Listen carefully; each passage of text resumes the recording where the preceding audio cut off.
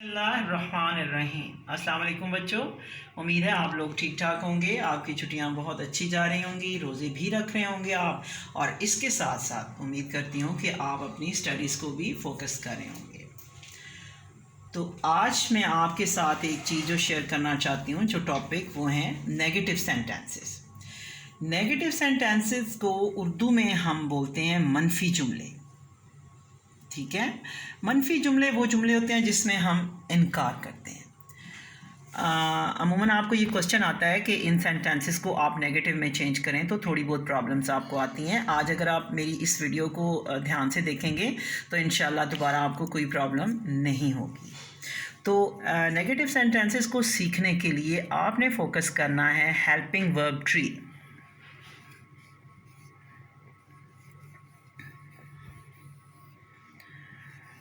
Helping verb tree में सबसे पहले आएगा is, are, am, was, were, has, have, had, will, shall, do, does, did। ये total आपके 13 हैं। 13 काउंट करते हैं, 1 2 3 4 5 6 7 8 9 10 11 12 एंड 13। सिंपल बात आप लोग ये याद रखें कि नेगेटिव में चेंज करने के लिए आपने उस सेंटेंस के अंदर से ढूंढने हैं helping verbs.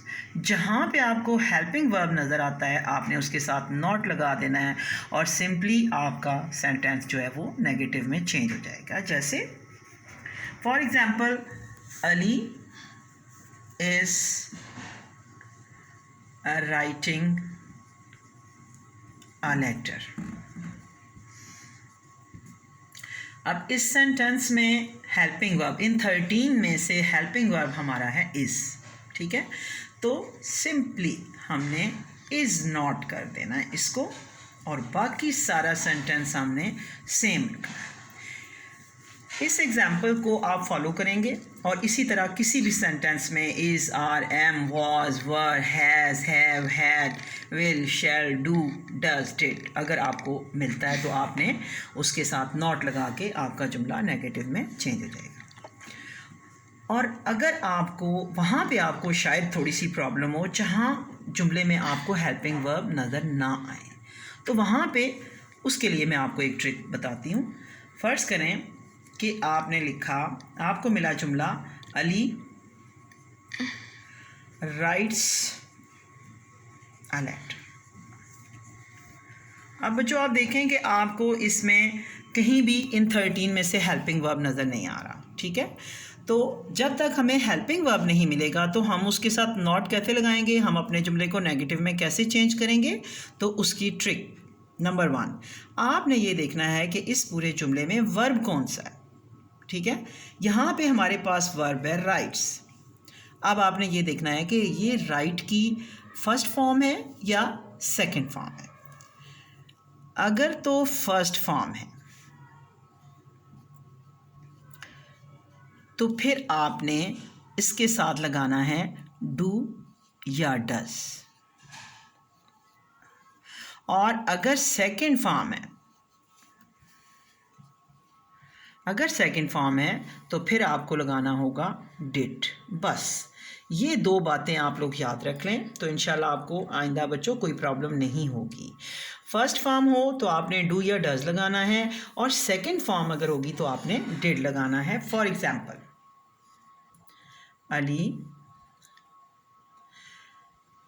Ali writes a letter है, तो अब हम इसको, हमें राइट्स से पता चल गया कि ये फर्स्ट फॉर्म है, तो इसके लिए हमें देखना है कि इसमें डू आएगा या डज आएगा। अब ये सिंगुलर है तो इसमें डज आएगा। Ali does not write a letter.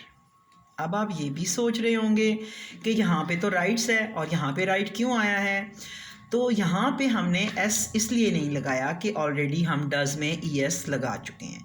जब यहाँ पे हम ई एस लगा चुके हैं तो 2 दफ़ा नहीं आएगा, यहाँ पे फिर वर्ब की फर्स्ट फॉर्म ही आएगी। ये तो हो गया फर्स्ट फॉर्म अगर हो। एक और एग्जांपल देखते हैं जिसमें सेकंड फॉर्म यूज़ होगी। Ali wrote a letter. अब इसमें भी देखें आप, कोई हेल्पिंग वर्ब नहीं है, ठीक है।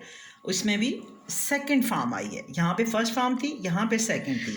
अब जैसे ही हम देखें कि सेकंड फॉर्म है तो फ़ौरन हमें क्लिक कर जाना चाहिए कि यहाँ पे डिड आएगा, और अगर फर्स्ट फॉर्म है तो वहाँ पे डू और डज आएगा।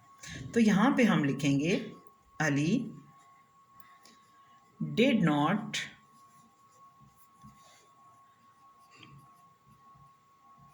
राइट अ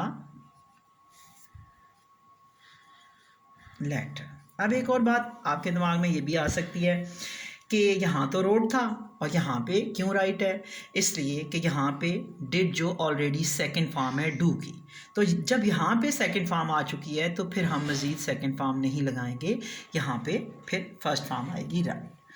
उम्मीद करती हूँ कि आपको ये ट्रिक्स समझ आ गई होंगी बच्चों। अगर आपने सिर्फ इन चीज़ों को फॉलो किया तो इंशाल्लाह फिर आपको मज़ीद कभी प्रॉब्लम नहीं होगी। बस आपने ये देखना है कि हमारे हेल्पिंग वर्ब्स ये हैं 13, इनको लर्न करना है, इन्हीं को फॉलो करेंगे और इसी किस्म के आपको, जैसे मैंने आपको एग्जांपल्स दिए हैं, इसी किस्म के ही आपको सेंटेंसेस आएंगे, ठीक है। या तो ऐसे आएंगे जिनमें हेल्पिंग वर्ब्स मौजूद होंगे, वहाँ तो आपको प्रॉब्लम ही नहीं होगी, वहाँ आप हेल्पिंग वर्ब्स के साथ नॉट लगा देंगे। और अगर जुमले आपको सेंटेंसेस चेंज आते हैं तो वो या तो फर्स्ट फॉर्म वाले होंगे या फिर सेकंड फॉर्म वाले। अगर फर्स्ट फॉर्म होती है तो आपने डू और डज लगाना है, और अगर सेकंड फॉर्म होती है तो फिर आपको डिड लगाना है। Thank you so much.